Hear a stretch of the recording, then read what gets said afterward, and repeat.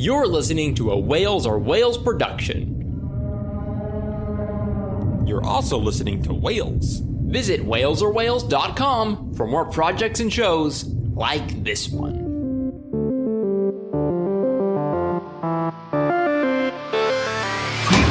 Greetings.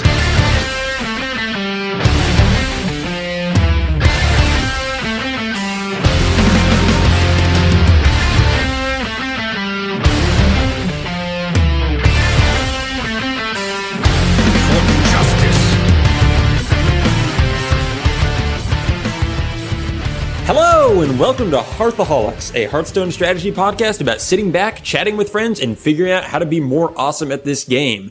I am your host, Bryan, and this is episode 20 of Hearthaholics. We are 1 year away from being able to legally drink. And joining me today is Andres. Hello, Andres. Hey, Bryan. Glad to be here. And Billy.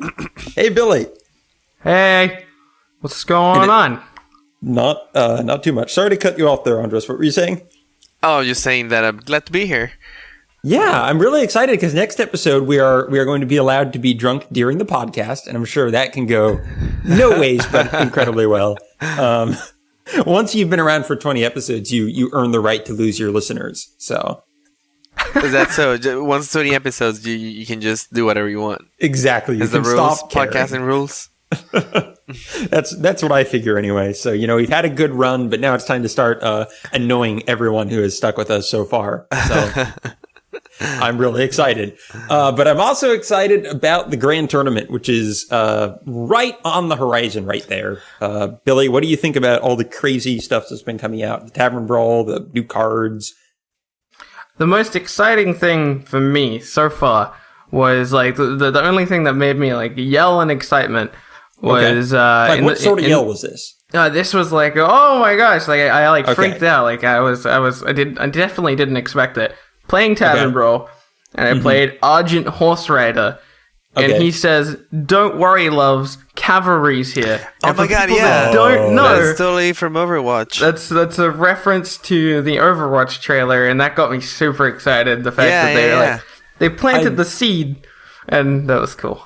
I noticed that this morning. I was like, wait, that sounds so familiar, because I had watched the Overwatch trailer, like rewatched it recently. I was like, that sounds familiar.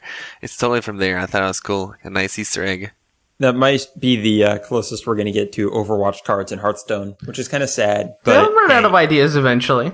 And we some could point, see an they'll get alternate desperate hero enough. portrait. We have Tracer as Ooh. a hunter. Yes, that would be amazing. I would actually really like to see, play as Diablo the Warrior. That would be so cool. That'd be my interesting. God, you just melted my brain of excitement. That would be great. But before we jump into all of our stuff we've been doing in Hearthstone recently and all that, I wanted to introduce a new quick segment at the beginning of this episode. So some people may know that I do another podcast, and Billy also does this podcast known as the Whales Are Whales podcast. And it's a podcast that brings together everyone in the Whales Are Whales network, which is the network that produces this show, among others, to just talk about whatever is going on in our lives and the world at large.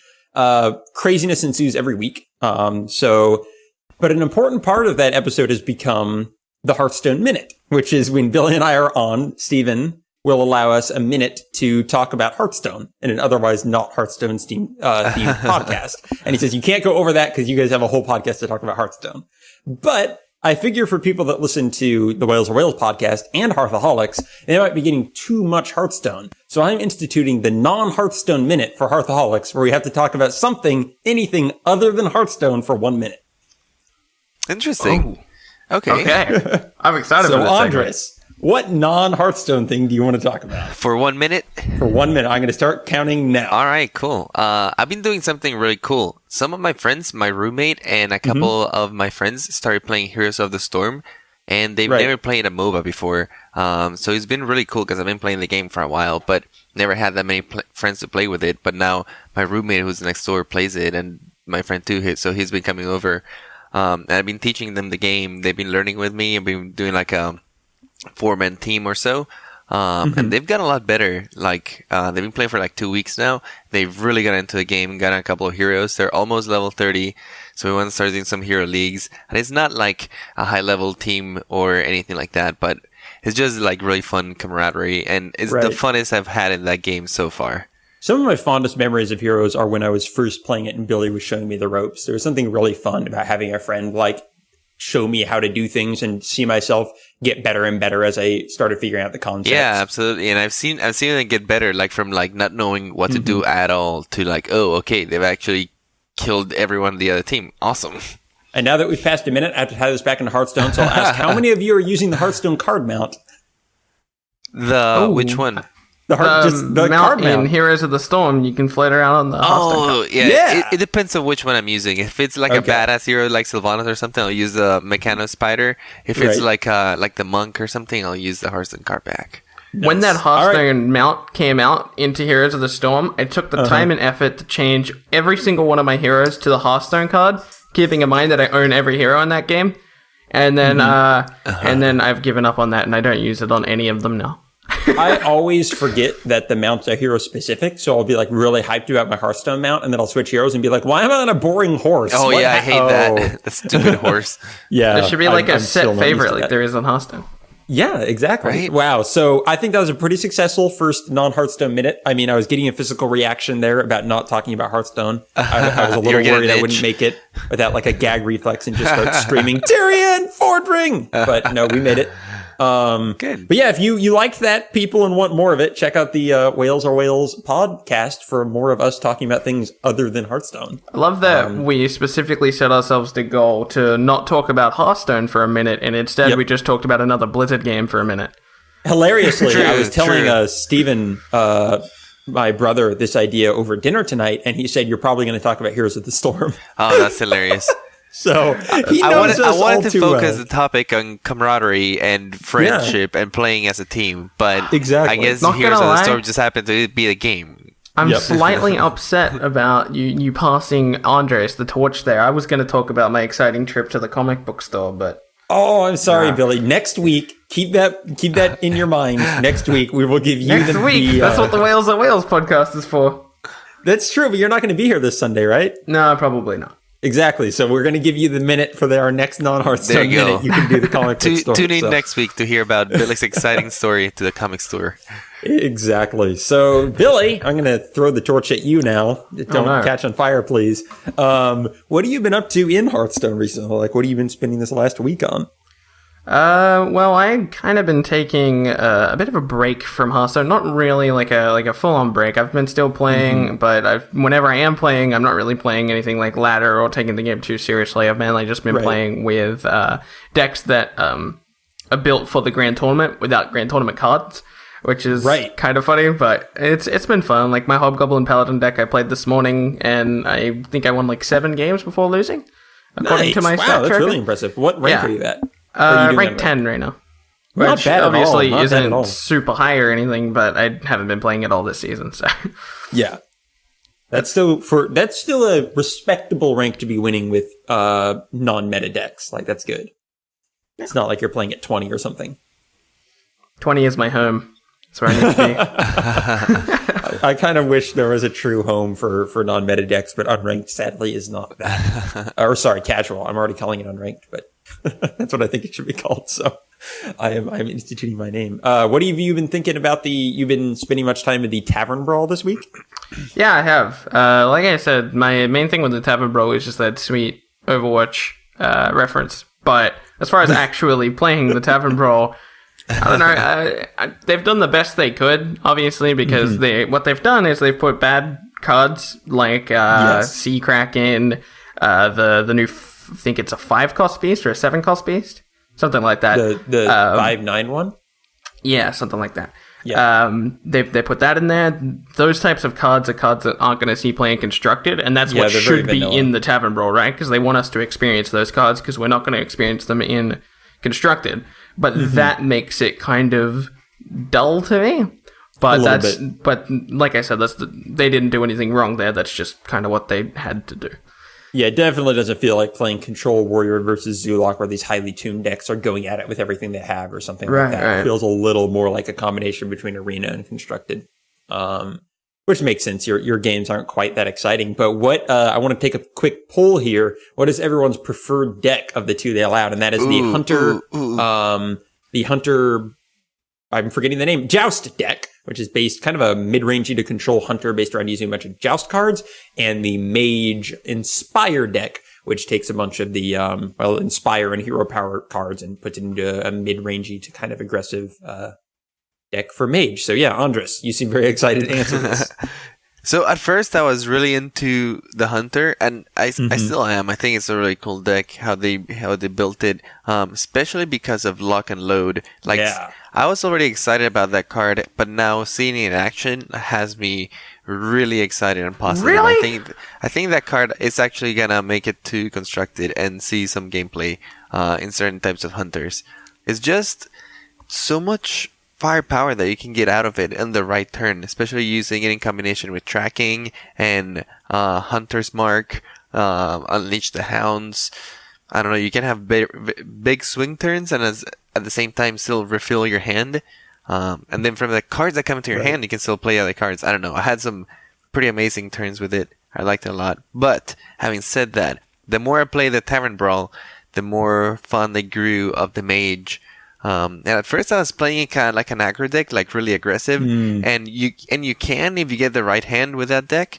But after playing it more and more, that deck it just becomes like a really interesting, like a complete different kind of deck that we haven't played before, where the hero power just gains you so much value over time, and there's so many ways to squeeze value out of your hero power to where you can have a long game with that deck. And towards the end you could have like these huge turns. Like I remember I had this turn 9 where I played Ronin and the Frost Giant and like a spell that I had in the same turn. That was pretty cool.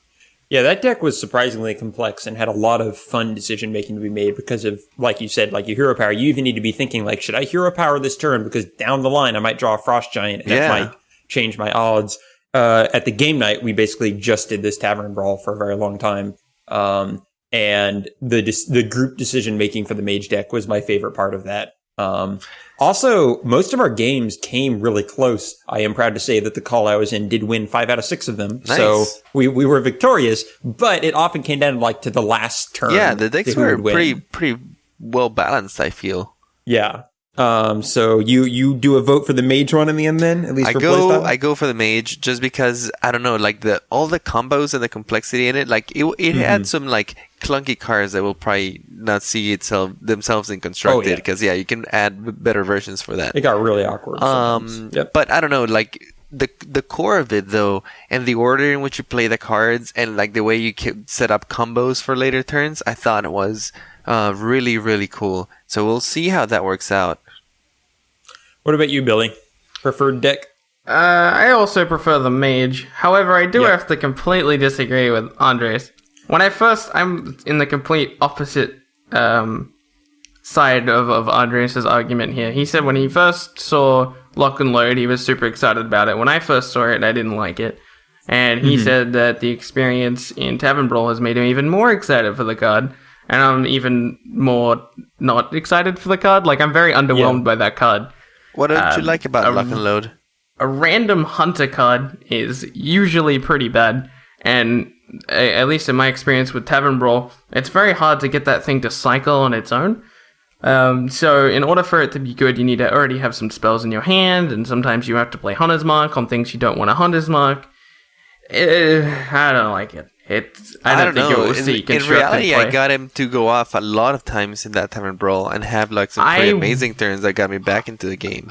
I won way more Hunter games where I didn't draw Lock and Load because Lock and Load for me was just like a dead card. I don't know why everyone else is having this really opposite point of view with the card, but for me, the card, I don't like the card at all. But I guess we'll see. I think what's going to happen with Lock and Load is people will try it for a couple weeks, figure out that a random Hunter card isn't good, and then stop playing it. I didn't use Lock and Load myself enough to really judge the value of it. I tended to get Mage a lot more than I got Hunter. And even when I did play Hunter, I don't actually remember getting Lock and Load very often. I think one of the difficulties we're going to see is it seems like it's going to be better in this type of format and deck than it is actually going to be in reality. Because in this type of deck, you think it's don't better need to use your... I think it's better in the Tavern Brawl than it'll be outside of the Tavern Brawl. Oh, okay. Because I think that outside of the Tavern Brawl, you're going to want to be using your spells much more specifically and sparingly, especially in more specific Hunter decks. Like, you don't want to throw a trap out just to get a spell on the board. You don't want to throw Hunter's Mark just to get a spell on the board. You need to save those cards for very specific scenarios where the board is in your favor. And thus, it's going to be very difficult to get a lock and load turn that doesn't, in the end, lose you as much in value as it gained you in card draw by playing these spells at inopportune times all at the same time. So I'm kind of with you, Billy, that I'm very doubtful that this card will be able to do much, but who knows? Maybe I'll be proven wrong because again, I know that card seems really random, but if you have the right cards to go with it, like kind of like a combo style turn, like Hunter's Mark and Unleash the Hounds. Just or the coin, like even just having the coin with them works too, like saving the coin to use it with lock and load. And sometimes you don't have to wait even that long. You can even do it like on the 5th turn or 6th turn. I've done it in those turns and it's worked out. Right. And sometimes you do get like Bestial Wrath or something like that. Although sometimes that Bestial Wrath might work. Bad. Yeah. It also triggers it. But then sometimes you also get like Unleash the Hound. Sometimes you get Asavana Highmane. Sometimes you get I don't know, a quick shot. You can get so many useful things, and you'll be surprised, even by being random, how much value you can get just by getting free cards out of thin air. Yeah. Like refilling your hand while you're still doing a bunch of actions. Like, that's true. Lock and Load is cheap enough where you can still have a big turn and then still fill up your hand. Like, that's kind of like a Patron Warrior, right? I'm not saying it's as powerful as the Patron turn, but like when they do the big Patron combo and then they do a Battle Rage and refill their hand, like that is so strong, and Lock and Load has the potential to do that too. Yeah, I think the two things I learned about Lock and Load from this is, one, the 2 mana cost really does help make it playable. Like, I would just be looking down and expect it to be like 3 or 4 mana and be like, oh wait, this is just 2 mana. I can do so much on my turn with this. And the second thing was how good tracking is with it, because not only do you get a draw from playing tracking, not only does tracking only take up 1 mana, but you have the potential to choose another spell from the 3 cards, and really, like, just having Lock and Load and tracking in your hand can be a playable turn to start your Lock and Load turn. I also had games where I played 4 Unleash the Hounds.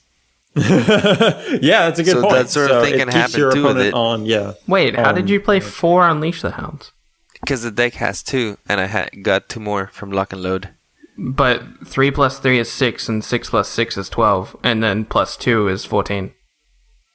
Wait, what? I'm not saying in the same turn. I'm saying in the game. You said the math. You said the words. You played Unleash the Hounds 4 times in 1 turn, but I'm assuming what you meant was 4 times in 1 game. No, I said I played Unleash the Hounds 4 times. Okay. I can't remember if you said in 1 turn or 1 game, but, we have audio archives for this, so I'll go back at some point. Well, what I meant is in 1 game. Yeah. But what I'm saying is that is very strong. Yeah, that's true. It has the potential to be very strong. The question is, will it be consistent enough to be played a lot? We'll see. We'll see how that card turns out. I have a positive attitude towards it. Yep. Well, I'm glad to hear that, because I want one of us to be trying this out extensively to see what the verdict is. But yeah, for me, it was mostly Tavern Brawl this week, along with just getting up to rank 5 by playing Demon Zoo a ton and getting on a giant win streak. So I was happy about that. We'll see if that can continue into the hard ranks. And before we jump into our card discussion here, Andres, what you do anything much this week besides the Tavern Brawl? Played a lot of the Tavern Brawl. I'm super excited. I really want to see how the new mechanics were working out. I have some thoughts about them, some things I really liked, some things I was like, I don't know if this is gonna make it. But it's cool to see them in action finally. And then aside from that, I finally got myself to rank 5. Yes. Got that Sea Giant chest. Yes. Billy. It's your turn now. Oh, it's my turn? You have to be part of the rank 5 club. The Sea Giant Club. Well, sure, I'll get there. That'll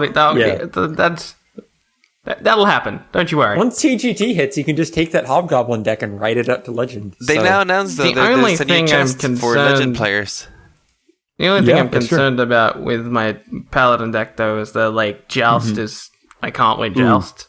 The only thing is I actually kind of sometimes I'll win Joust, because like I run Tyrion and Bulb up. Anyway, whatever. Yeah. This isn't a... I'm scared to death what's going to happen to my Zulok deck that's been so good for me in this latest meta, but we'll see. Well, yours is mid-range, so like you still have a chance. It is. It might be able to last with some tweaks, so we'll see what happens. All right, so there have been way too many cards announced with this last dump. They dumped, do you know what the number was, Billy? I did not. Half. So half of them. So like, how many cards were there total in this? Like 130 or That's something? about 132. 70 more cards, right? Gotcha. So somewhere around there. That's way too many to talk about in one episode. So what we did is, instead of bringing our personal topics of discussion this week, or just discussing all of the cards, we kind of combined the two ideas by each of us brought 5 cards to talk about. That were our personal choices from the most recent dump of new cards. Mm-hmm. And we'll just go through those. So we're going to do one from me, then one from Billy, then one from Andres, and go through that cycle 5 times until we're done with all the cards we brought. So it's going to be 15 cards for people who don't like to do math, in which case I say maybe you shouldn't be playing Hearthstone competitively. But hey, that's your, that's your choice. So the first card I have here is Arcane Blast. And the link I had for it is not working because it's being annoying. There we go. An Arcane Blast is a mage spell, an epic spell. It costs 1 mana and it reads, deal 2 damage to a minion. This spell gets double bonus from spell damage. So that would be like if you have spell damage +1 on the board, this would deal 4 damage instead of 2, etc. With Malygos, it would deal... I don't own Malygos. Remind me, what is the spell damage buff for him? 5. So it would go up to 14. Math is hard. Yeah, that one. 12, right? Because you get a 10 benefit from the 5. So yeah, 12. All right, that's right, so 12. that's pretty insane. 1 mana for 12 damage. It can even be played with Malygos on turn 10, which, you know, is always nice to have when you're running a Malygos deck. So this card, obviously the big question is whether spell damage cards will be played, because right now, other than Malygos, they're like completely out of the meta. Thalnos is also run. Thalnos, you're right. Thalnos is totally also run. Again, I don't own Thalnos, so he tends to slip my mind. But yeah, I know you were super excited about spell damage, Mage Andres. Do you think this like points towards that? There's a lot of more spell power cards that are coming in, especially with Roning out, and there's the Knight that gains spell power every time you you inspire. Right. So I don't know. I can either see a very aggressive mage, kind of like the Tempo Mage that is now, with like a Roning added in it. And then it would also be interesting to experiment maybe with more of a control-oriented, with Malygos finisher style, kind of a spell power deck with Roning in it too. And maybe like a Thorasun, where you can like draw a bunch of cards over time and then just do a huge combo where you just fire missiles all over the place and do huge amounts of damage with this card. What's the name of it? Arcane Blast. Arcane Blast. I don't know if it would be worth it maybe running 2 or just 1 as like the combo piece.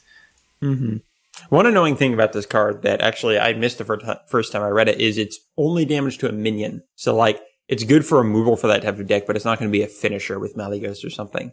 It only damages minions. Yeah, which does make it less, because like 2 damage from By 1 the is way, already just fine. so we can get this on the table, if this card didn't read to a minion, it would actually be overpowered. Yeah. No, you're right. Yeah, that would be... Yeah, this changes things. Mage cannot have a deal 2 damage 1 mana spell. Absolutely cannot. So if it's only to a minion, this has to be run in a deck that has spell power, and if the deck doesn't take advantage of a spell power, this card is kind of useless.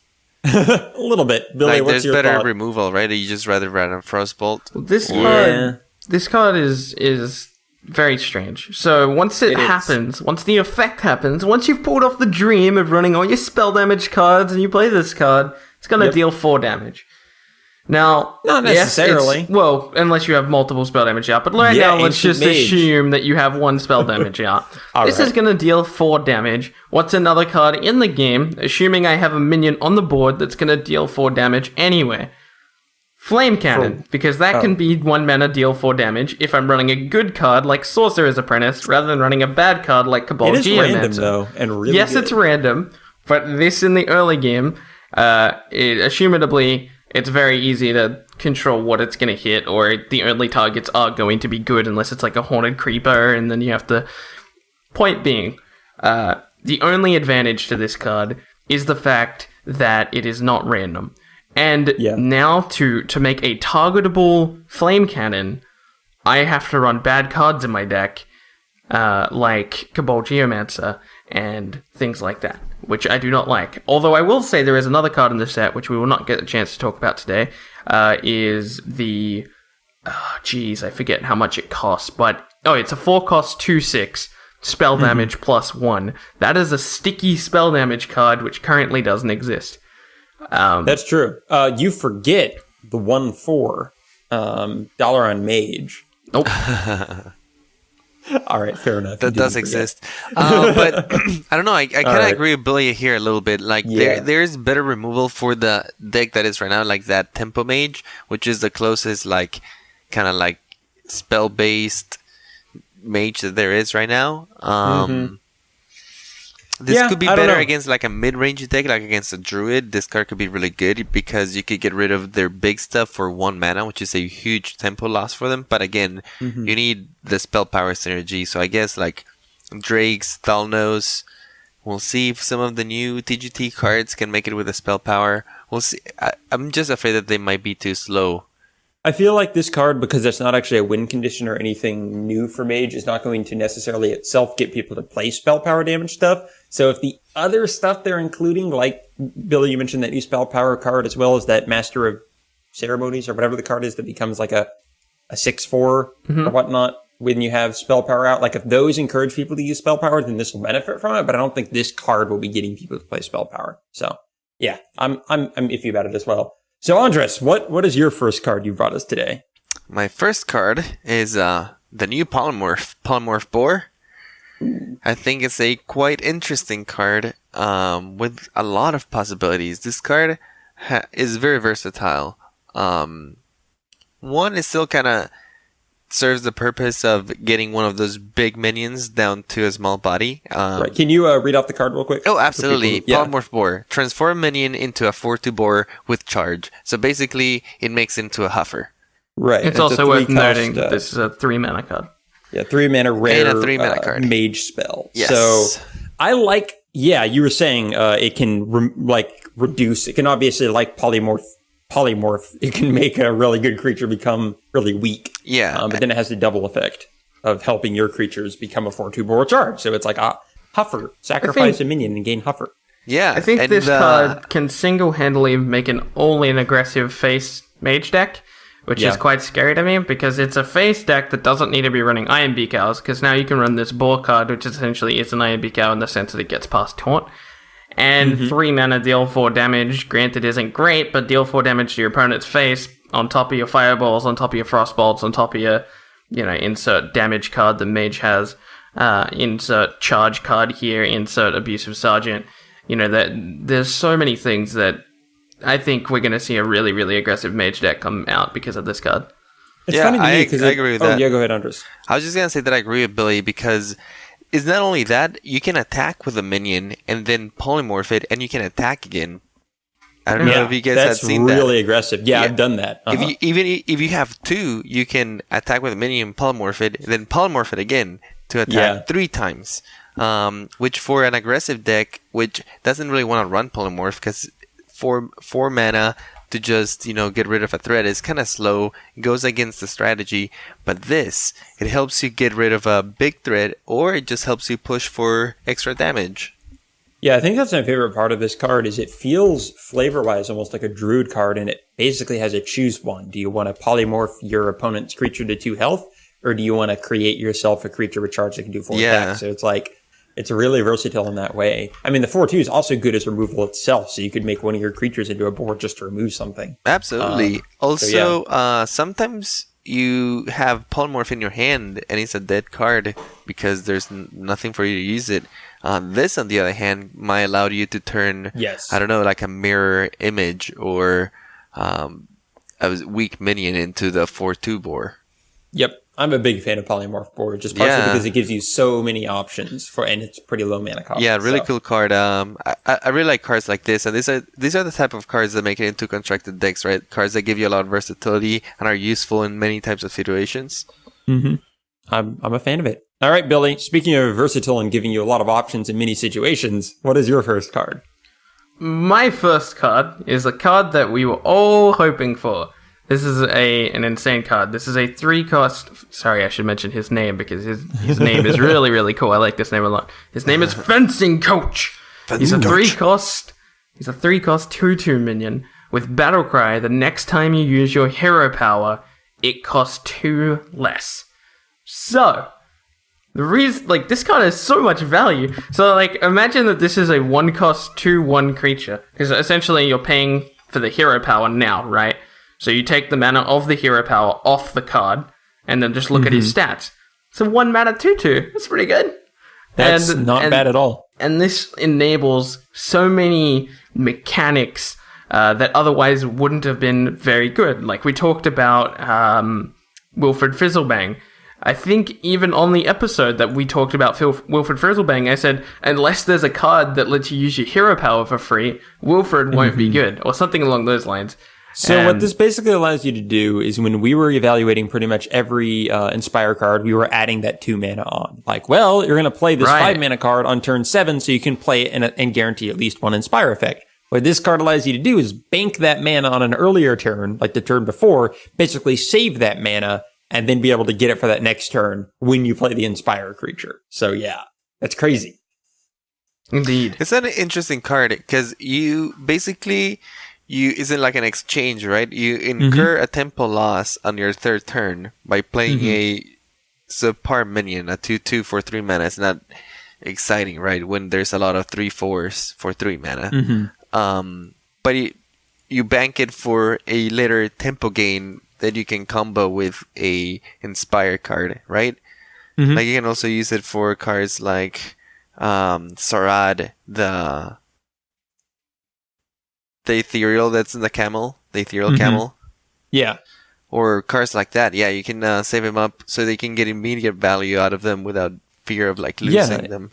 I think it gives a buff to all of these Inspire cards we've been talking about, especially the later Inspire cards. This isn't that exciting for something like Lowly Squire, but it's really exciting for stuff like Sarad, stuff like the Kodo. Yeah, so it's like a setup card. That's the way I see it. I'm very proud of Lowly Squire. Lowly Squire has been mentioned every single episode since the Grand Tournament was announced.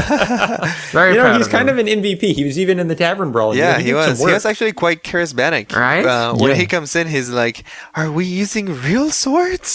or something like that.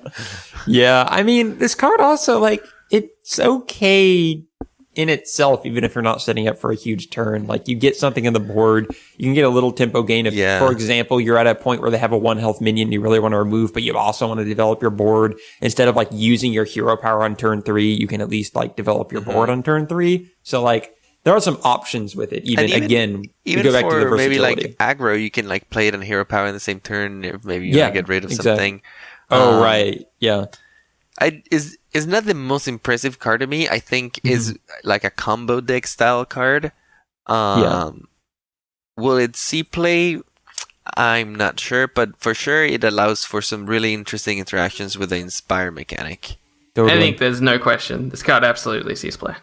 I think in the right decks that run one of those cards that benefit I'm you from interesting. it. I'm not discounting it, but this one I'm really on the fence. Just I don't know, it's just On the fence. yeah.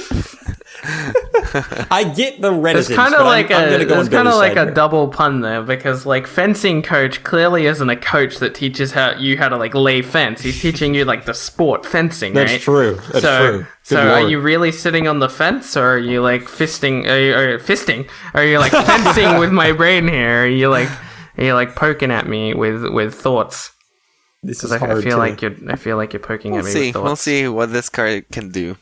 We will. Speaking of a card that's hard to evaluate, we've got my second card here. It is a Paladin Epic card. It costs 6 mana. It is called Enter the Colosseum, and it reads, destroy all minions except each player's highest attack minion. So obviously this is Brawl, but not, is the quickest way to describe this card and how it affects the game. I like it. I think it's pretty cool. It's nice being able to have more control about what factors are going to happen in Brawl. There are a lot of Paladin cards that can make this interesting. Stuff like Humility and following the rules can help you manipulate this. as well as things like Blessing of Might if you want to keep certain of your cards, etc. Billy, any initial thoughts on this card? It's super interesting. What's kind of strange is Control Paladin, which I'm assuming is where you're going to put this card. History has it that Control Paladin is extremely strong against every other control deck and kind of weak against aggro.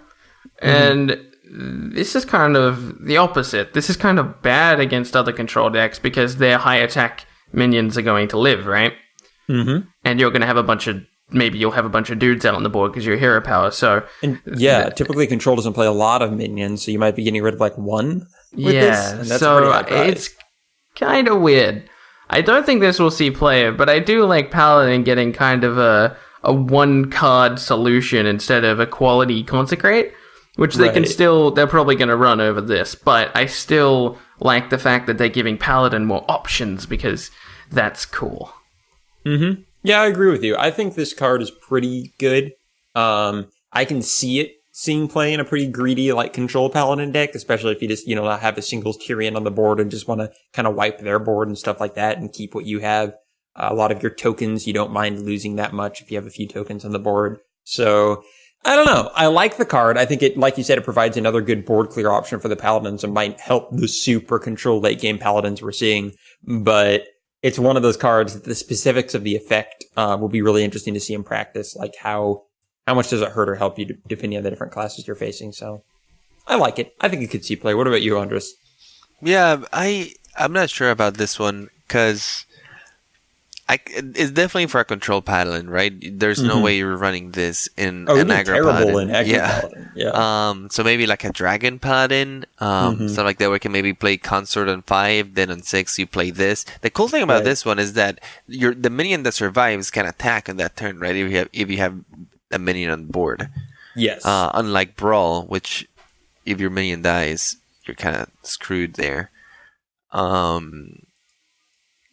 But against control, this card is so bad. Yeah, it doesn't really do much because, again, you're not going to be seeing some huge board from control, and your biggest threats are the high attack ones. It's typically running. So maybe I could see it like as a tech card in a control paladin. If you're running into an aggressive meta game, maybe run one of this, kind of like as a light bomb for like priest or as a brawl for warrior to just get rid of like that aggression, like Zoo and that sort of deck. Like, it's a good anti-patron card. It's that's still around. Yeah.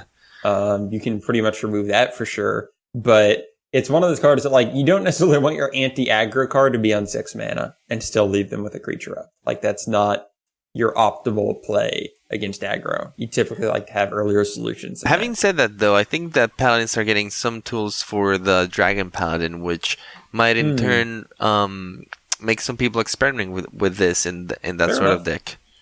Yeah, all right. Sounds like I like that this card is in the game, but we'll see where it goes. Yeah, the artwork is absolutely amazing. Yes, the artwork is splendiferous, as the kids like to say. Andres, what is your second card? Talking about dragons.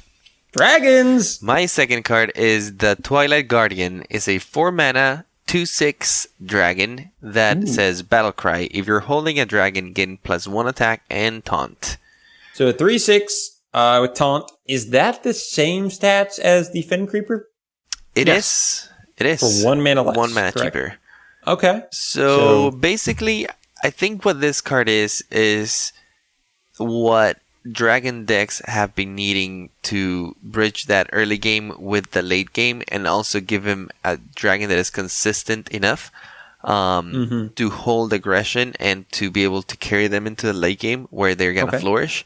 Because the thing is, the options that they have right now, for example, Twilight Drake, is just not enough because it's a little too slow and they can just ignore it or they can owl it and kill it. And it's against aggro, it's not much use. Yeah, it's so vulnerable. But this, on the other hand, has the taunt rolled into it. And I just remember back when Bryan Kibler was making his dragon deck work, his main observation was that he needed a mid-range dragon taunt. And he kept saying about it, and I think that this is it. This is what the dragon people were waiting for. Is this the first dragon with taunt? I believe so, yes. Yeah, that's interesting. Billy, you're typically much cooler on the dragon front. What do you think about this one? Does this strike you as a good dragon card or another trick? It's interesting, right? I also recently have been playing with Fen Creeper on my EU account because I don't have a Sludge Belcher because I don't have an Exramus yet. But Fen Creeper isn't even that bad of a card. Like Fen Creeper is true. You know, it's not terrible. Granted, it's not run and constructed because Sludge Belcher is obviously way better. But this is one less. If you can get this to trigger, I mean, this card's really good. I still don't think people tried Hungry Dragon enough. For instance, I never saw like a list where someone was running Acolytes of Pain and things that like value off of your opponent having a minion.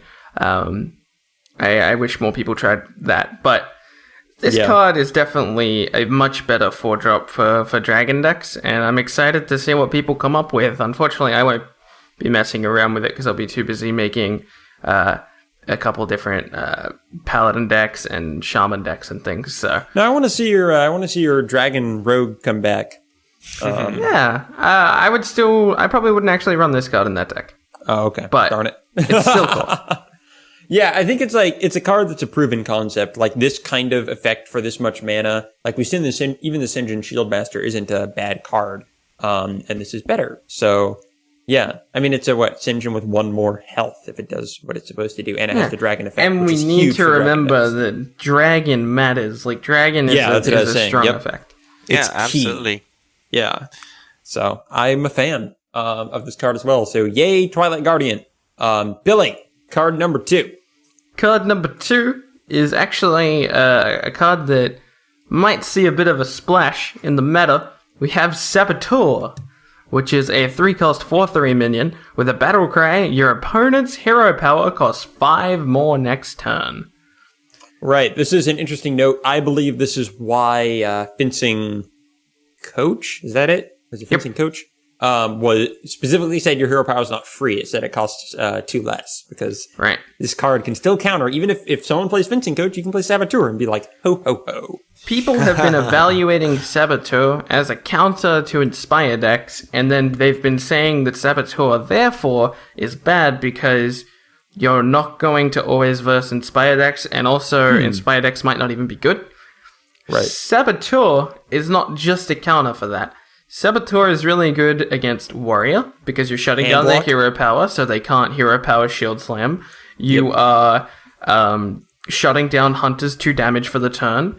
And I say shutting down, they can still spend it for 7 mana, but I don't think they're going to use it for 7 mana. Especially if you play it on turn 3 or whatever. Because now they can't even unleash the Hounds, kill command, hero power, they can't Arcane Golem, insert. The only thing they can do is play a 3-cost card and hero power, which isn't very good. I think Saboteur is a card that people are incredibly undervaluating, and I am very excited to see it. I'm going to be running this in a lot of decks. 4/3 for 3 is also respectable stats. I was going to say that the stats are on point on this guy. Right. And if Inspired decks become popular and they become it's a strong kind of deck, this guy would be amazing, right? Because if you encounter them a lot, solid stats, you put them behind, I can see them definitely being run. I think it's going to be hilarious when you see Druid versus Handlock, and Handlock is so excited to clan tap or just play tap or whatever, and Druid's just innovate Saboteur, haha. It strands Handlock at those important turns. Yeah, if you play it on 3 and you're going first, and Handlock's like, this is such an awkward turn. Yeah, what do I do? Having said that, depending on what you're running against, you might want to run a different 3-drop. But if you're getting a lot of value from this effect, depending on the decks you're running against, definitely this guy is solid. Yeah, I know I say this about a lot of cards, but this card more than most is going to be so meta dependent on how often our Inspires being used. I don't even think so. That was my argument at the start of this card. I think this card isn't even meta dependent. I think this is a good tech card, which is good in every matchup. A 3-mana 4/3 isn't that bad. In what type of deck? An aggressive kind of style? Anything really. I can't think of anything that would be too bad in besides a Patron Warrior? Well, no, because it's a combo deck. Combo decks. I think Billy's need saying a it's good specific against any deck. Like, yeah, it's okay. I'm saying that to this play deck against any deck. is also. I'm saying that this card is also actually good in anything that isn't combo or face. So mid-range Yeah. or control. And I think This we is- agree with that. He has solid stats, and his effect is useful even if you're not running against Inspire. Right. But the question here is, would it be more useful to have a different card in your third slot if you're not getting that much value out of his effect? I think it could come in sometimes. I just meant by being more meta dependent. I didn't mean meta dependent to even be playable. I mean the amount of play it sees will be more meta dependent than most. The amount of decks it'll go in. Okay. But I agree with you, Billy, that it's not just like, this is useless if there aren't a ton of Inspire No, this decks guy's out for there. Oh, sure. okay. for I sure totally has thought some that's where merit you to were it. going, and I was like, no, I Sure. must defend my prize saboteur. I get that. I agree with you on that. So, all right, we got another card here. Another card Billy and I may disagree about. I'm actually curious. This is Sparring Partner. It is a warrior card. It is rare, minion. It costs 2 mana, has 3 attack and 2 health, and it reads Taunt, Battle Cry, give a minion taunt. I love this card. Ancient I go back to Watcher my Warrior? versatility. It's back to my Turtle Warrior. It's also the versatility of this card is fantastic because if anything's hiding behind a taunt, if you're running Black Knight, you have ways to kill things. Like if you have a Thorson hiding behind a taunt or Oh, an I hadn't Acolyte thought of that. hiding It behind- definitely synergizes with Black Knight.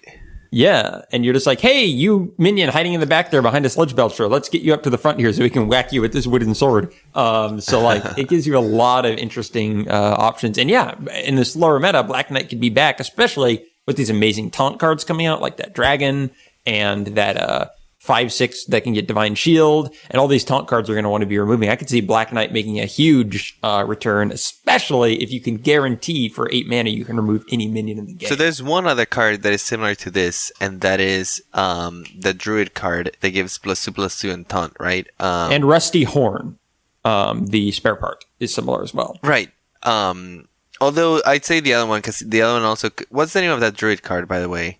Mark of the Wild. Mark of the yep. Wild. It also costs 2 mana and gives +2/+2. So technically, Yeah. you get more stats and a minion out of that, which Well, at you times need not a lot to more valuable. evaluate taunt as roughly like 1/1. So I would actually argue that that's not comparable because taunt I think is valued roughly at a 1/1 or maybe a 1/2. Sure. You give taunt and +2/+2, right? With this one, you get taunt and you get a 3/2 minion. And then another taunt. And then another taunt. Yes. Because you get taunt on the sparring So partner, and you have get to taunt kind on of the look other at this creature. card as like a 2 mana 5/2. Oh my god, This is that's really insane. good. No, It's a really good card. I think it's a good card, especially for the type of deck that you're picturing, the Taunt Warrior. Bolster. Where you can run really, really heavy health minions and then just taunt them up. Yeah. Like, even like Ancient Watchers and stuff like that. Yeah. I love this card. Billy, I really am curious if you are with me on this or if you are not. no. Okay, so what I think this card was added to the game for, we've seen this in the past with them adding cards for future expansions in a current expansion.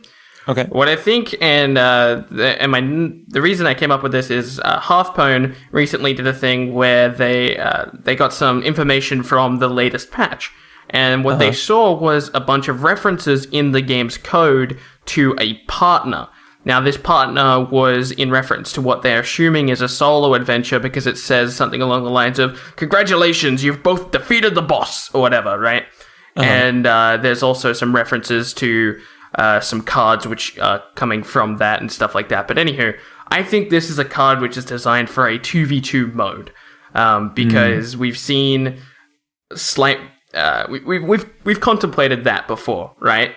Right. And how that would work, and we've asked for that before, and they've never really said anything about it. But I think those references to the game files that Hearthstone found, I think this is going to be used in a future expansion, is what I'm saying. I think it could be used this there. is I think it's fine now as well, I think though. it can work in a 2v2 mode, right, if you think about it like that. But I don't know if it was designed with that in mind. I think it was more designed with what we have right now in mind. I think the awkward thing about this card is that it does require having another minion, and it's a 2-drop, and that's not typically what you want from the 2-drop, because typically, especially in more control decks, you won't have another minion out. So I also want to mention, that what I mean by what I was saying is not specifically just this card, but I mean the whole buff taunt minions thing that Warrior is going for. I think that currently right now wouldn't work, but in a 2v2 mode where you could both be playing taunt minions, that could be stuff like Bolster becomes a bit way more better. interesting. Yeah, I actually think that Taunt Warrior can be very viable. No. I don't know, like a very tough, a lot of armor and a lot of stall. I think you can run out of steam a lot of the decks that are in the metagame right now. How many Goldshire Footmans am I running in that deck? 7. Okay, cool. But I think Sparring Partner to me reminds me a lot of Shrinkmeister and Priest. It's not run in every Priest deck, but it's a 2-drop that is also kind of more a utility card as well later in the game that can kind of give you that little extra boost you need. Like, you don't want to be playing it on turn 2 on an empty board, but it's okay to play on turn 2. Especially, it'll be interesting to see how much aggro is around, but if you like coin out Armorsmith and then play Sparring Partner against aggro, it's just like good game at that point. Like, what could they possibly do to stop you once you do that? It's just like, there are some crazy combinations you can get. We're going to need a mini Black Knight.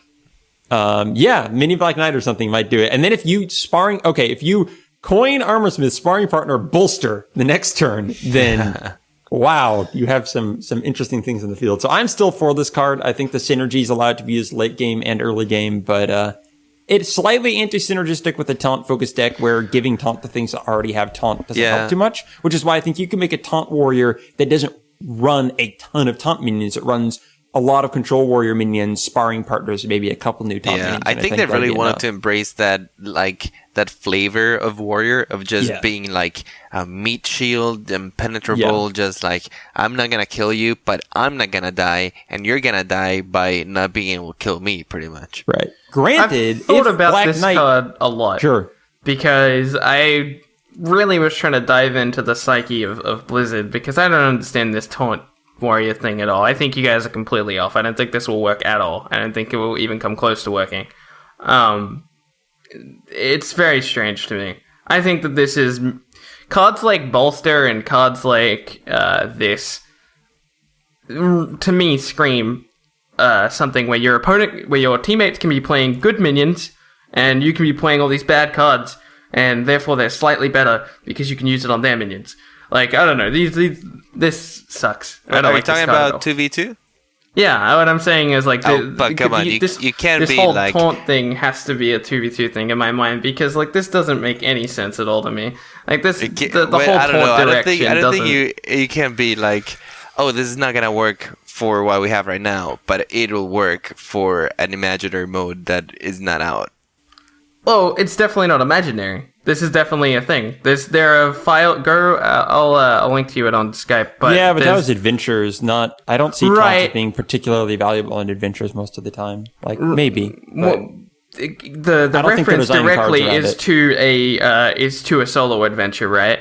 But I feel like if they're implementing a UI system that two of you can be on the screen at once fighting another person, I feel like that's like, come on, just like put that in. That could be what Bryan said, like an adventure thing where it's just one fight. No. Well, there's the starting with that, yes, but it might be testing grounds for an actual I think PvP mode. If Hearthstone is right about this, which, I mean, if you go look at the game files, I'm almost positive they're right about this. If they are right about this, I would say that if a solo adventure was to happen like that, it would launch with the mode, because that just makes sense to me. Yeah, sure. I'm not discrediting that might happen in the future, and I hope that it does. 2v2 mode sounds fantastic, but I don't know. For the sake of these cards, I think it's more important that we try to think about them in the context of what we have right now, rather than like a 2v2 mode that we don't even know. Though, Billy. If you think this card's useless, you're trying to think like, what could its potential effect be? But yeah, this is going to be the last time we bring up Taunt Warrior, and I knew for our cards, and I knew this would be a pretty big point of contention. I think that Taunt Warrior can potentially work because I actually don't think it's going to be very different from Control Warrior, and Control Warrior works so well that I think it's Control Warrior with just a slight bit more emphasis on taunts, and I don't see why that's so unplayable. But we'll see how things turn out over time, and maybe there will just be other cards that are more what would you say, valuable than these kind of taunt-centric cards for Warrior. But yeah. We'll see with time. We will see with time. Andres, let's go over your next card here. All right, my next card. When I saw this guy, I almost fell out of my chair because I had never seen an effect like this. It's pretty cool. It's called the Mistcaller. It's the new Shaman Legendary. 6 mana, 4/4. Not as impressive in the stats, but the battle cry reads, give all minions in your hand and deck +1/+1. So this to me is like aggro's Thaurissan, right? Like if you have, especially a shaman deck where it's so board centric. Like you think this is an aggro card? How is this an aggro card? I feel like it's definitely like a mid-range minion centric card. Like why would you run this card in a deck that is not filled with minions and you're constantly fighting for board control? Okay. Well, so you mean like aggressive mid-range? That's interesting. I think this card is. I disagree. Like the effect of adding +1/+1, assuming that what you're talking about, like a mid-range deck, right? Doing that, the game is probably going to end within the next 3-4 turns, right? So you're playing a 6 mana 4/4, give +4/+4 to something, right? I don't know. It just doesn't. This card, I doubt. Where are you getting +4/+4 from? Are you assuming one minion? I'm assuming you're playing a card every turn. This card seems really weak to me. Like it doesn't seem like you're ever going to be wanting to run this. It gives all minions in your deck, not just the ones in your hand. Yeah, but I'm saying if you're only going to, like, this is a turn 6 card. So assuming that.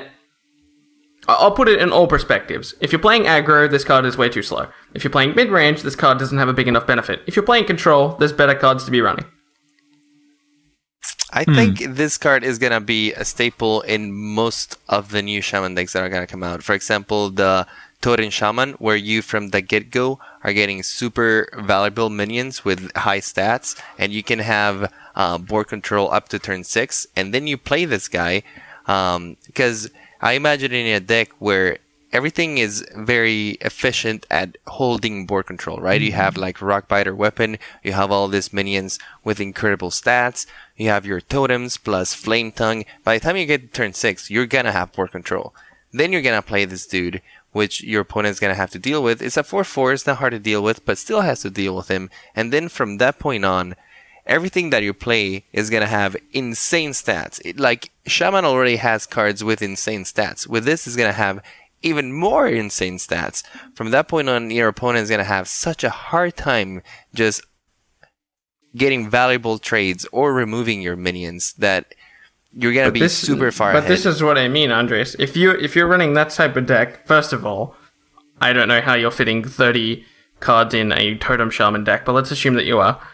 I mean, have you seen the new Totem Shaman cards? Yeah, I've seen them. To the one. This isn't good enough. Like, don't you just run? Assuming that's what you're going for, right? And you have board control. What you're explaining to me is a very, very win more card. So, like in my head, why don't you just run like Doomhammers and kill your opponent instead of playing good minions? Why would you compare this to a Doomhammer, though? No, because if you're talking about a situation where you have full board control at this point in the game, which is turn 6, right? At this point in the game, I want to be winning the game. So if I have full board control by turn 6, why can't I just play even a Bloodlust? Like, why don't I just do that? You know what I mean? I think one of the potential benefits for this card is I've been playing a lot of like Zoolock, and something that can happen later in Zoolock is you don't necessarily have full board control, like 4 or 5 creatures on the board against nothing, but you'll be going back and forth, and you might be having their health down about 10 points, and it's getting into the later game, and you're like, I'm starting to run out of fuel. This mid-range hunter might beat me. My cards are starting to have less value. Like, all of my cards are a little bit too weak to being played. They're a little bit too geared towards early game. But if you could just have a card that suddenly buffs all your cards to be more playable for mid to late game, that can kind of give you that overall fuel boost you need to keep playing, even if you're not quite at the point where you can just close the game out.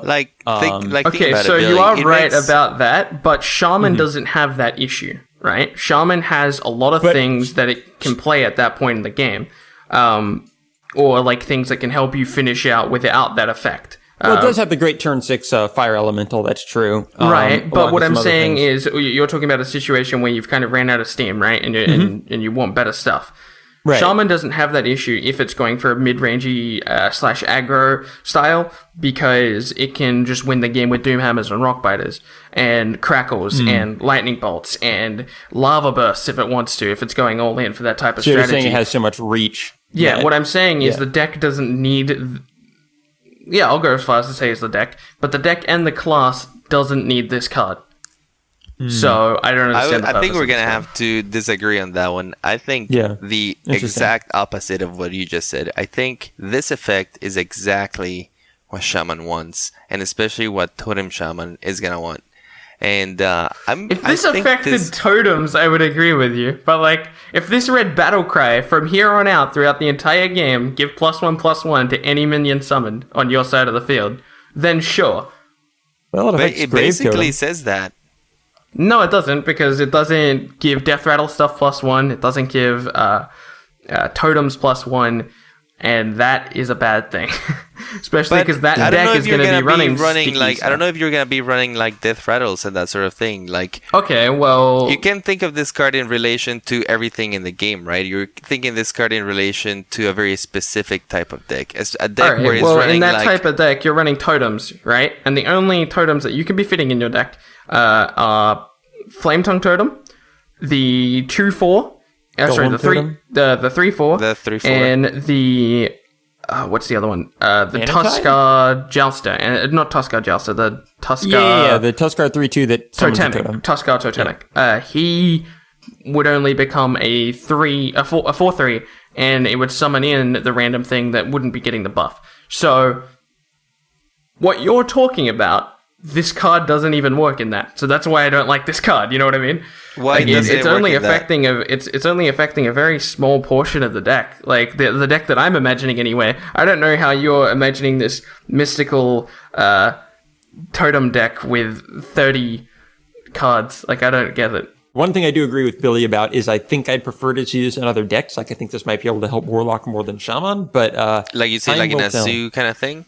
Yeah, I could see something like that really helping, but because just you have so many minions in that deck, Although and you can Shaman is a little bit Zoo-ish Zoo-ish in that sense, especially like the Totem Shaman. I imagine it being like a little bit Zoo-ish, where you take over the board early on and you don't lose, and you try not to lose it. That's true, especially this might actually combo pretty well with that card draw we were seeing for Shaman, so you can start drawing into some of these powerful cheap minions. But we will see. Yeah, we'll see how this card turns out. I honestly have high hopes for it. I'm definitely going to try it out in that new Totem-style Shaman deck, because I think it's going to be a very strong deck to come. Speaking of Shaman, Billy, we've got your third card. This is Shaman here. Yes, we have Elemental Destruction. I am super excited about this card, by the way. Yes. Okay. This card is a 3-cost card, and it reads, deal 4 to 5 damage to all minions.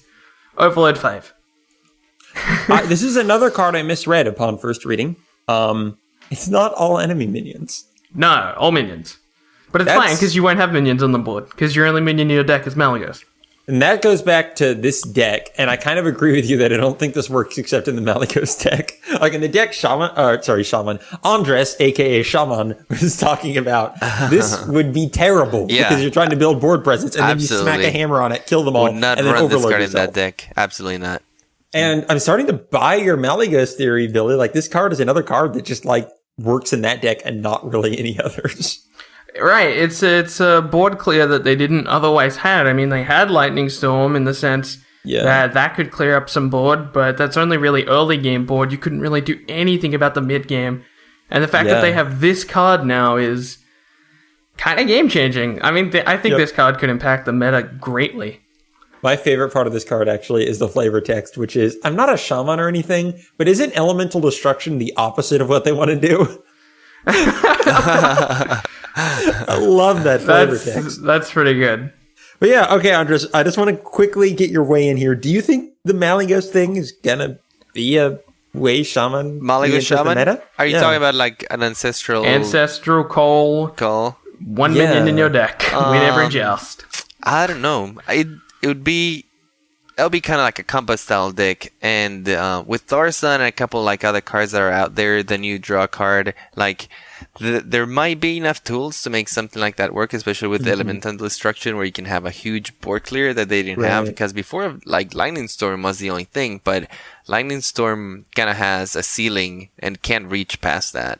It's not a high ceiling either. So this one is kind of like the little bit of reach that you needed, especially to have spell power in the deck. Wouldn't Mind Games be such a hard counter to that deck, though? Like, sorry, game over. I played Mind Games, you lose. This is the thing, though. This card, like, it kind of encourages you to run Lava Shock in that deck, right?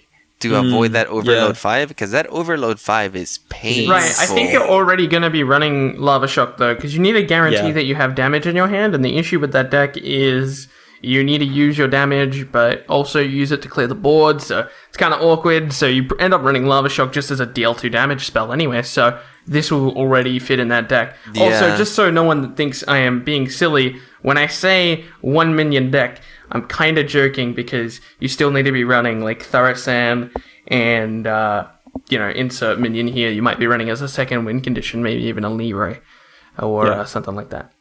Yeah.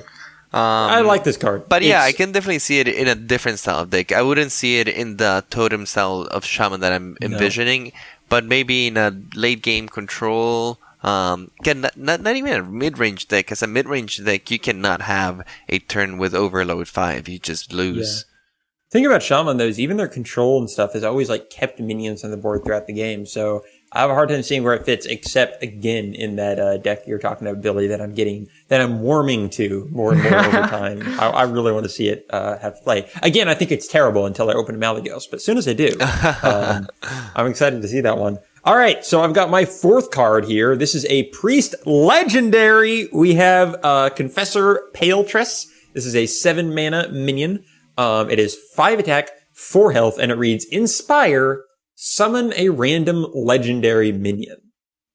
I must confess. This card is I'm very impressed with this card. I am impressed with Blizzard's bravery. This is a scary card to exist in the game. 7/5/4 is terrible stat wise. I mean, we have to admit that. You do not want to be playing this card before you can do it and use its power. Like, you do not want to put this on the board on turn 7 and wait.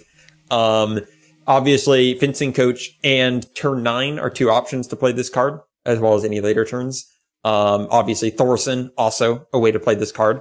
And I think even if you get 1 legendary minion out of it, it has pretty good chance to get value. I mean, 9 mana 5/5. If you read this as just a 9 mana 5/5, from 9 mana 5/4 that reads summon a random minion with Battle Cry, that's pretty good. Legendary minion. Sorry, it wouldn't be good otherwise. My guess is when you do this, there's no going back, right? You're just stuck with the hero power until the end of the game.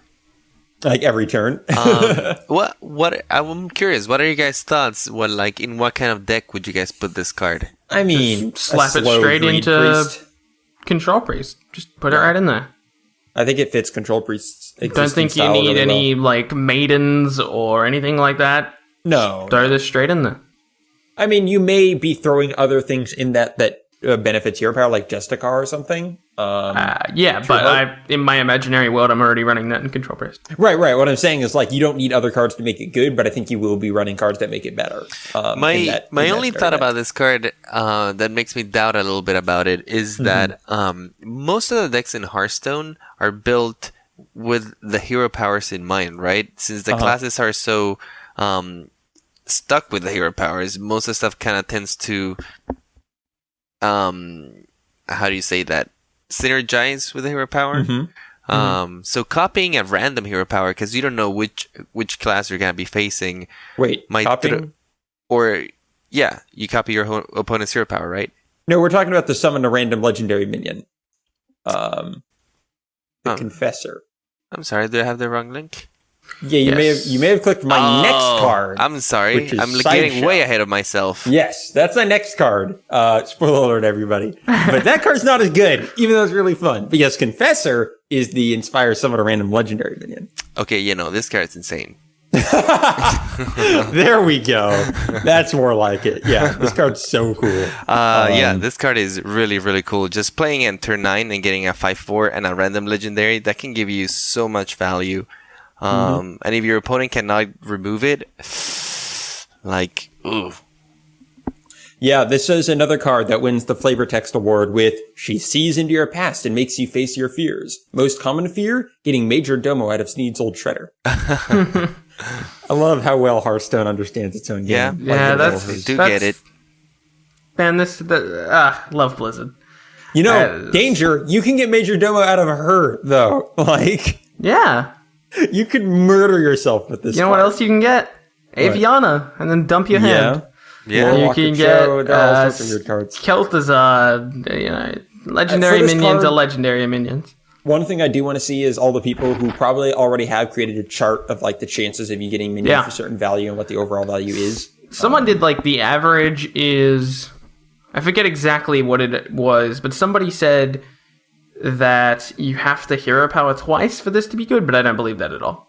Interesting. That seems a little much, but I can see it. There will come the game where you play this and you get screwed over, right? Like, you do get the Lord Walker Cho, or you get like the new Hunter Legendary, the Acid Maw, the one that every hero gets. I'm picturing this card to exist in a kind of classic style Control Priest, because that deck was one of my favorite decks ever, and it went to fatigue quite a lot. Like, people used to say, "Oh, I'm versing Priest. Here they go. This is gonna be a 30-minute game." You know what I mean? And if it can play this as its last threat, as its like version of Ysera, oh my gosh, the controller really just concedes. Good. It's like, what do you do now? It can unlimited. Especially if they ran out of removal, like, Control Warrior is like, but all of my taunts, no. Yeah, I think this card is really cool. I like it a lot. I will give it Taunt and Black Knight it. Just summon random legendaries. I'm all in for it. Sweet. All right. So, Andres, what is your fourth card here? Fourth card. Let's see if I can click the right link this time. That is useful. Weirdly enough, your fourth link is Mist Colors, so you might want to click the link above that. Okay. There you go. Mysterious Challenger. You and Mist. Yep. All right. It's a Paladin card. 6 mana. 6/6.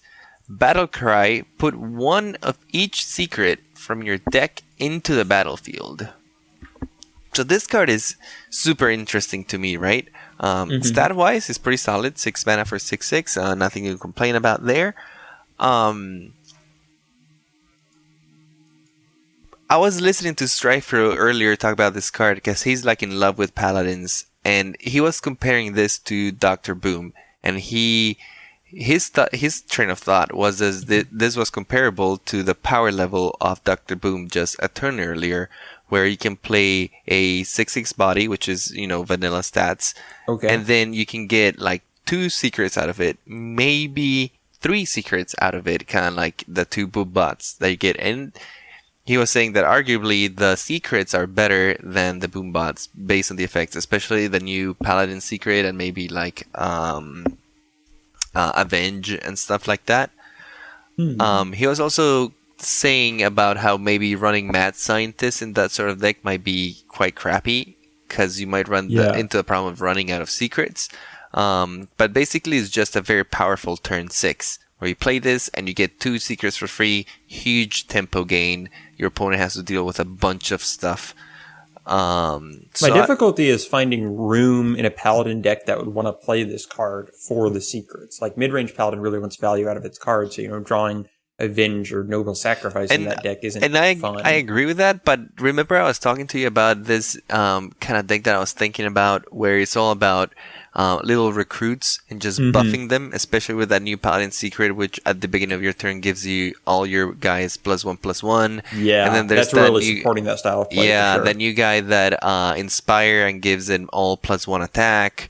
A lot of ways of buffing them, and then you can play, since you're using those secrets anyway to make your little army super strong, this guy kind of just like fits in there as like your highest top of the curve kind of guy. Right. You know what I find funny is that most of the places we disagree on these cards is what the new deck archetypes are going to be. Actually, I agree with you about this one, but if I remember correctly, Billy, you're not thinking that deck archetype is going to be huge? No, I don't think so. And as far as this card goes, I lost a lot of respect for a lot of really good players this week when talking to them about this card. I don't understand how this card is even considered to be run. Like, yeah, it gets a lot of value, and if it works, it's better than Dr. Boom. I don't think this card will work at all. I don't think it even comes close to being good. This might be one of the cards I'm furthest away from being right about, but I don't think this sees any play.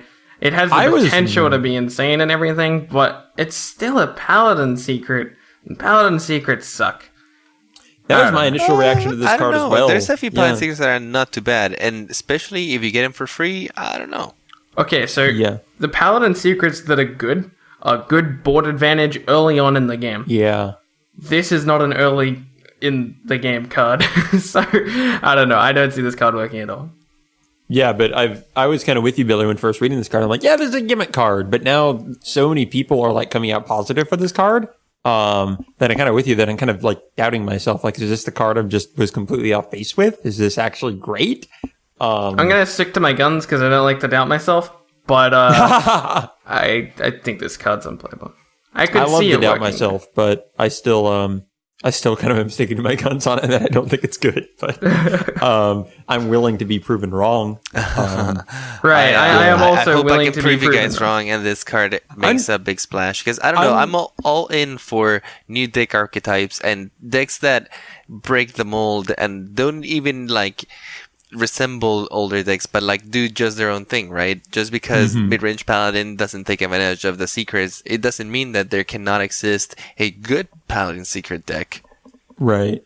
That's definitely true. I don't like to just base the future completely on the past because you never have Patron Warrior. But yeah, I don't know. I'm really looking forward to when these cards come out. All of us playing all of these decks we're all disagreeing much about. I'm like itching so bad to play these cards. Because like almost every deck archetype, at least one of us disagrees that it's even going to be an existing archetype. Like I can't, like maybe the mid-range Shaman is the only one we agree on, but even then you say it's going to be Totem and Billy says it isn't. So like, probably Control Priest is the only archetype we're really agreeing about being and even still, you can argue we disagreed about it because I remember I was trying to explain that it was going to be a geared towards anti-aggro with wild pyromancers and stuff like that, and I believe somebody here on the panel disagreed with me and said that one of our longest debates is about the injured Kvaldir card that I said wasn't going to be in that deck, so you're right. There is not an archetype we can agree about.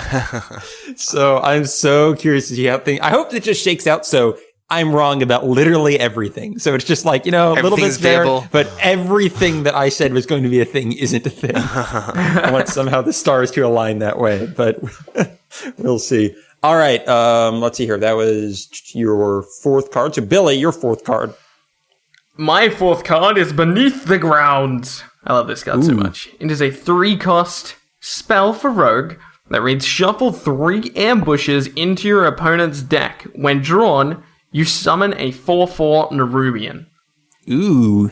So Milrogue is back. Can we all agree on that? Like it's being given cards at least. Yeah, so it was interesting. We talked about what was it? I think it was Gang Up when that was first released and announced. And I believe it wasn't anybody on the panel, but I think a listener tried to explain to me that Blizzard didn't like the mill style, and I'm like, well, why wouldn't they? I mean, they added in Gang Up. Clearly, they have some interest in the mill style, and this card, Gang Up, could have been argued to be a control rogue card, but this card, there is no longer an argument. This card do we know what ambush is? Ambush is just like the mine from Iron Juggernaut. It doesn't actually do anything. You just draw it, and then you'll draw another card on top of that. But it will come up on your screen. It's just a useless card. Yeah, it's a dead card. Otherwise, if it beefed up their deck, that would be bad for mill, because it'd be harder to mill your opponent. But yeah, this is amazing. Also, again, their flavor text is very on point, this expansion. For this one, it's, can you hold these eggs for a second? I promise they're not full of giant enraged undead spider things. Oh, that's so good. Actually, I quite like this card. It's like an investment in the future, and like, I don't know, like just getting a 4/4 for free. It's 12 for 3 mana. Yeah, like, if you get it all, that's insane. That is not bad at all. I like this card quite a bit. It definitely promotes a completely different style of rogue. which I'm all in for because Rogue has been a little stale. Yeah, I really want Mill Rogue to be a thing. I mean, Anubarak, the legendary, also kind of goes into that because of his longevity. We'll see if he actually becomes a thing. I'm more doubtful about that. Yeah, but yeah, this card's super fun. I'm excited to see what really we get out cool of this. card. I will also like to mention Interesting to see what happens that with it. with this card existing, we could see a half mill, half miracle deck, which would be slightly interesting because this is putting on board pressure, and you could finish out the game with some cold blood nonsense charge from your hand because you're putting on pressure with these 4/4s. But I could be So completely we're going to off be with seeing Miracle Rogue. Yeah, Miracle Rogue. Let's go. Calling it here. That is a deck archetype I can get behind. All right, Andres, it's here. The card you really wanted to talk about last round. We have my final card, Sideshow Spell Eater. This is an epic neutral minion. It costs 6 mana, it has 6 attack and 5 health, and it reads Battle Cry. Copy your opponent's hero power. This card is bad that you should not like. Justicar is so much better than this card. It's not even funny. Justicar True Heart, but it's still so much fun. It's definitely a cool card. Never seen before. But yeah, like I said, most of the decks in Hearthstone are built around very specific synergies, and this one kind of like just throws you in for a loop. Yeah. So because this is an not saying that it epic card, can be useful. Like in some cases, it might save you, but It is anti-warlock tech. yeah. Okay, so because this card is an epic card, Yep, I want it has everyone be to bad. know this. I want all the listeners to know this. A lot of people who are free to play, as soon as they pull an epic card, like to disenchant it because it's 100 dust. I can make 2 commons with that. Please keep this card if you pull it. Okay. Now, the reason why is like Blizzard have said this so many times in the past, and I hate re-referencing it because it needs to be referenced every time I talk about this type of system. Whenever we see the first reveal for a set, whether it be a solo adventure or an expansion, they're currently working on the next one. They said that with Nexaramus, and they said that applies to everything from here on out. Okay. So right now, when we see this card, they're currently working on whatever the next solo adventure is, which we already talked about earlier on in the show. This card is really cool against the solo adventure bosses. And I think that this card will be required to beat one of them in confirmed that you Heroic. can't take boss powers. Yeah, with only it. hero powers. Really? Yeah. But that's a hero power. I know. Oh, It's yeah. bad called a card hero text, power. but they They confirmed confirmed it it on on Twitter that you can't. I That's know. so rude. I know. Sorry to ruin your It was dreams, a good Billy. preamble. I agree with you in spirit on most of this, but this is. Then yeah. why does this card exist? This card I know? sucks. Oh my god, this terrible. card completely sucks. So, All right, so disenchant do you encourage this people card. to disenchant it now? Yeah, disenchant it. Get rid of it. Disenchant it. Next card. we have Andres, your final card. All right, my final card, a card that really surprised me when I saw it on the match with Ben Broad and Frodan against Ixar. Frodan ended up playing it. I was kind of like impressed when I saw it. It's Bolf Ramshield, 6 mana, legendary card, 3/9. Whenever your hero takes damage, this minion takes it instead. So this is another like aggro please die card that they're trying to introduce Pretty much. to the Very, game. very anti-aggro card. But the thing is, this card also has other uses as well. For example, weapon interactions. If your hero has a weapon, you can attack and not get damage, and instead he gets damaged. That's a good point. I hadn't actually thought of that, which is also really important for like removal and aggro decks or something like that. Yeah, certain forms of removal, for example, for warrior or I can even see it for like priest, where you can just keep healing it up because the 9 health is actually quite significant. Not only that, but we talked about in Priest, you want these sticky minions to then confuse into win conditions. This is one guy that could potentially fit into that. Hey, I'm saying a single confuse in Priest could potentially give you a win condition if you're playing sticky minions up until that point. All I'm saying is this guy really fits my dumb gimmick deck. All right. I'll let it pass. I just want to say I'm a sucker for like cards that do like completely new interactions. And I think this guy is powerful enough to where like it can be very, very useful in certain situations. Definitely not against every deck. It has its weaknesses. Like for example, against a priest, it could get stolen really easily. Yeah. Or it could get just destroyed quite easily. The 3 attack is not gonna give you a lot of reach against like heavier minions. But I don't know. I think for the purpose that it serves, very anti-aggro, kind of sustain and give you a lot of staying power for your hero. I think it's a pretty cool card. Also, going back to Priest, like, it's a really cool card to have on the field because Circle of Healing suddenly basically heals your hero. Which is kind of neat. No, it doesn't work like that. Excuse me? Well, I'm just saying, like, if you take damage with this card, then play Circle of Healing, you're basically gaining more health for your hero. If they don't, hard remove it. This card kind of has, like, Spell Taunt, just to get my quick thoughts on it. But there is some negative impacts. There are some negative impacts with this card, though. For instance, Hunter Hero Power can now control the board because it's going to hit your face and then hurt your Ram Shield. But I wouldn't say control the board, but well, yeah, but you get what Ram Shield is serving its purpose, right? It's soaking the damage. Yeah, right. But this card is I don't know. It's I like that they didn't just call something Spell Taunt, because that's like essentially that's what this is. The only thing that it doesn't affect, that Spell Taunt wouldn't affect, would be, I think, a Hero Power, and that's it. Mm-hmm. It's also that is so important too. Like if you're against like a hunter or something, and he's gonna kill command you that last turn, and you just play this guy, suddenly the hunter is just baffled there. I would like to see a more keyword frustrating for this. than like knowing that you assume all board control and you have all your taunts set up, and then they just kill command you over them. I would say it's a card that Flame Lance is good against if Polymorph wasn't just better against it. So we get back to that. I don't think Flame Lance is good against any card, Bryan. No, but Flame Lance can't hit the face, so this is like an acceptable alternative to use that 8 damage. But every time I saw Flame Lance in the Tavern Brawl, I'm like, why aren't you Polymorph? Get out of my face, Flame Lance. I do not want you. You are not wanted here. But yeah, this card seems... I like the effect. I still don't know if you want to be playing this on turn 6 compared to other 6 drops, but it's very, very anti-aggro if we continue seeing anti-aggro being about. I said you don't necessarily want to see anti-aggro on turn 6. This is somewhat an exception for me just because it does take all types of damage. It completely locks everything out besides silence. Yeah, except silence. It locks everything down. So it basically gives you 9 health, which is the kind of stuff you do want to be doing late game. So yeah, cool card. Let's see here. So we have our final card of all these cards, Billy. Your 5th card. Take it away. We have the Stable Master. Kind of an underwhelming card, I would imagine, for most. It is a 3-cost 4/2 battle cry. Give a friendly beast immune this turn. So the immune effect doesn't really exist in Hearthstone outside of Ice Block and the Eagle... no, not Eagle Horn. What are the bows?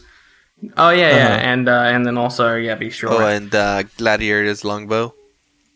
Currently, a Beast Hunter deck is kind of stuck. It doesn't really have too many options, and a Stable Master is exactly what they were looking for, because, for instance, your 2-drops in that deck are very, very limited. I mean, you could be running Scavenging Hyena, but he's never going to get any value because he's just going to die next turn because everything they play can trade into it, even if it gets a buff.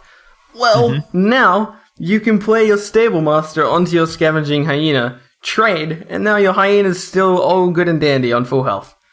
I think this card has very interesting interactions in the game. People have said that Houndmaster is better. I disagree. I think Stable Master is better. I think this card is going to... I was about to ask you that. Like, do you see yourself running this instead of Houndmaster or with Houndmaster? I see myself running this instead of Houndmaster in a deck that isn't... Don't picture this as a Hunter card, because the deck that I'm imagining would not play anything like a Hunter we've seen before. See, I disagree with you about being better than Houndmaster, because potentially with Houndmaster, what you can do is you can give one of your beasts taunt, and then the next turn, which is turn 9, because you did that on turn 8, you can play Nefarian and get Bolster, and then the turn after that, you can play Bolster and bolster your taunted minion from the Houndmaster. Or before you went on that huge tangent, I actually kind of agree with you. I like the Houndmaster a little better, because the 2/2 is permanent, and the taunt can give you, quite a significant advantage. I don't know. It seems like a better tool. Right, okay, so... I would maybe see it running it maybe one in tandem for like an extra kind of like trade-up kind of thing. But even then, I don't know if you can manage to fit it in. You're looking at Houndmaster as you're valuing the damage on Houndmaster, I think, quite a lot. And I don't think that's really what I'm looking for out of this card. With this card, I'm looking to control the board in a very... I'm looking to control the board without it. I'm thinking it as a Divine Shield, right? If this card read Divine Shield, it would be essentially the same. However, this is slightly better. Wouldn't Divine Shield be slightly better? Because I kind of like Divine Shield a little better, yeah. No. Immune is better in literally every way. Wait, I disagree, because Divine Shield would last till the next turn if you didn't have a trade that turn. Oh, but immune sure, is only this turn. But I'm looking to play this and then trade. Like that's my idea. I'm not looking. You could do the same with Divine Shield, though. Right. This is a total tangent. No. In the circumstance where you're playing something onto it and then trading, immune is way better than Divine Shield in every way because of explosive trap and stuff like that, like circumstantial damage that happens during the turn, like knife jugglers and stuff like that. For that turn, immune is marginally better, but I prefer Divine Shield in general. I see what you're saying. But yes, going back to your point, it sounds to me like it's a way to on curve keep controlling the board a little better than Houndmaster does, because like you said, you play your 2-drop, you not only get a 3-drop, you're also keeping your 2-drop alive and removing one of their creatures, so the board is just starting to steamroll in your favor. It is worth noting that there aren't too many 2-drop beasts. Houndmaster, there are a lot, just not many you want to play. Yeah, Horned Creeper is not obviously a card you can really play with this probably, but I'm picturing Scavenging Hyena being viable in that type of deck. Keeping in mind, like, this deck that I'm talking about doesn't want to be running Houndmaster. I'm in a regular Hunter deck, I would say that Houndmaster is better than this card. But in a board control focused Beast Hunter deck, this card I think would make a splash. And I think that deck also has the potential to make quite a splash. Scavenging Hyena would be a little bit awkward if you're playing this on turn 3, because unless you played a turn 1 beast, you're so many turns away from getting a beast to buff Scavenging Hyena. Right, you're looking at Hyena, because Hyena is a combo card, and that's what hurts Hyena, because as a 2-drop, it's not very good. But in that type of deck, you could play it as a 2-drop if you happen to draw it on, like, by turn 2, and then Stable Master would be a condition that lets it stay alive for a little longer, and stuff like that. Stable Master is also one of those cards that can have a great uses later on in the game, which is cool. If you top deck it late in the game, exactly. That play this on top of a high main, trade it in. Yeah. Awesome. There are a lot of cool... I like this card, and how you described it gives me more hope for it as well, but we'll see how it comes out. I'm really not excited about this card. I don't see myself using this card at all. Once more, I do love the flavor text for this card, which is takes better... Wait, what? Is that the ending? You could use it at the end of the show. Okay, everyone, you get a little sneak preview. Our flavor text of the week will be Stable Master, because it's so dang good and so much my style. Talking about the end of the show. Yeah, speaking of the end of the show, boom, you go, Andres. That was fun. I really enjoyed talking through those cards. I'm excited to talk to the rest, but I'm sure those will just come up over discussion as we discuss all the TGT stuff. This is our final pre-grand tournament episode. For sure. I'm super excited about next week's episode. Once the cards are out, we can actually discuss what some of our findings and what we've been doing, because right now it's so much speculation about all these cards. I finally want to be able to have some hard facts come here with some evidence that I feel like next episode is going to be the episode of us saying, well, wait and see. I mean, we're not sure said card is unusable yet. and it's going to be us like all defending the predictions we made and saying there's not enough data in yet. And then the episode after that is going to be when we're going to start to say, okay, fine, I was right/wrong about that. I'm looking forward to that. So we'll see in time. But for now, let's go ahead and outro ourselves out of here. We got some iTunes reviews in this last week. We actually got 2 of them, which is awesome. One of them is from Gambra, which his review deck is great show for serious Hearthaholics. And he says, I was wary of adding another Hearthstone podcast to my weekly listening schedule, but these guys have a great format, a good variety of voices, and an enjoyable cast of regulars. Also, they have good rapport with each other, which is important for the high level of card and meta analysis that they do on the show. Lots of good insight to be found here, sometimes much more than I find on my other favorite Hearthstone podcast, which he doesn't list. He needs to do that so he can badmouth other podcasters. A must listen for students of the game. I really appreciate that. Awesome. Gambro. That is an awesome review. Yeah, You guys I'm really are so happy to hear articulate with your reviews. I feel like if I was ever to leave an iTunes review on anything, I'd be like, yeah, it's good, eh? It's pretty, I mean, You should leave us that review, Billy. I'll read it on the show. But yeah, it really was articulate. And I'm always happy to hear that people find value from what we're saying. But because, like, since I already know what I'm saying going in, like, I wonder how much of it is just self-evident to people and how much it's actually useful to them. So I'm always really happy to hear that people are getting something new from it and not just hearing, like, the same thoughts over and over again. I agree with that. We also got one from Rob, who is our friend of the show and someone who comes to the game nights every week. He goes by Dr. Twick on iTunes. Hey, and Rob.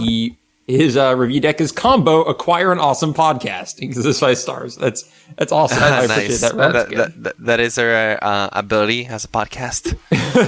And he says, so the combination of these 3 guys for a podcast is golden. Bryan is a great host and asks all the right questions. Billy thinks critically for each card and loves to mix the game up each week. And Andres keeps things collected to strategies that are always relevant as well as insightful projections on upcoming content of the game. Great work on this podcast, and Andres did a fantastic job on the music intro. One of the best for any podcast I've listened to. Nice. So, thanks, Rob. Thank you again, Rob. That's awesome. I think you... I have to interject and disagree with Rob. I don't know what you're talking about because underneath that description of Andres, you were claiming that something like a totem shaman would work because that is what Andres is saying would work, and I disagree. And therefore, we should have a disagreement battle on Twitter.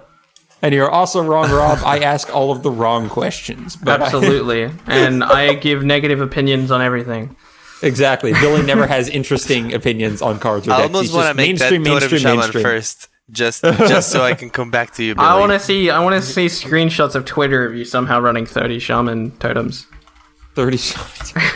I I think we're going back to the whole point that every card has to be a totem card. I don't think that's the argument here, but oh well. Again, this is for next week when we actually have some that is very true. Some iffy facts like I played 3 games and won 2 of them. We will You're see. wrong. We will see. All right. If you want to email us and send us listener topics in, because next week we will probably be going back to having those as part of the show, and we are like completely out of remotely relevant listener topics, please email us at hearthaholics@gmail.com. We are also on Twitter, YouTube, and Facebook. Just search Hearthaholics and we shall come up. Finally, we are a member of the Whales or Whales Network, which is a network for other awesome podcasts like this one with other awesome people like us, like the Whales or Whales podcast I mentioned at the top of the show. So check out whalesorwhales.com for details on that. We have more new shows coming very soon, and I will share details when we have them. And if you want to talk to us over the interwebs, we run a game night for the Angry Chicken every Wednesday at 8 p.m. Central Daily Time. So just check out the TAC subreddit, which is /TAC podcast. And you can find details there that I post every week about that game night, and join us. It's a lot of fun. We have like about 15 to 20 people show up each week. And we typically play a bunch of tavern brawls in a tournament format followed by just random decks and chatting. So I enjoy that every week, and hopefully you can as well. So Andres, where can people find you on the internet? People can find me on Twitter at iPlayGames. You spell that IPLAI Games. You can also find all the work that I do and all the music that I've done lately on my website, massevemusic.com. You spell that MASSEVE.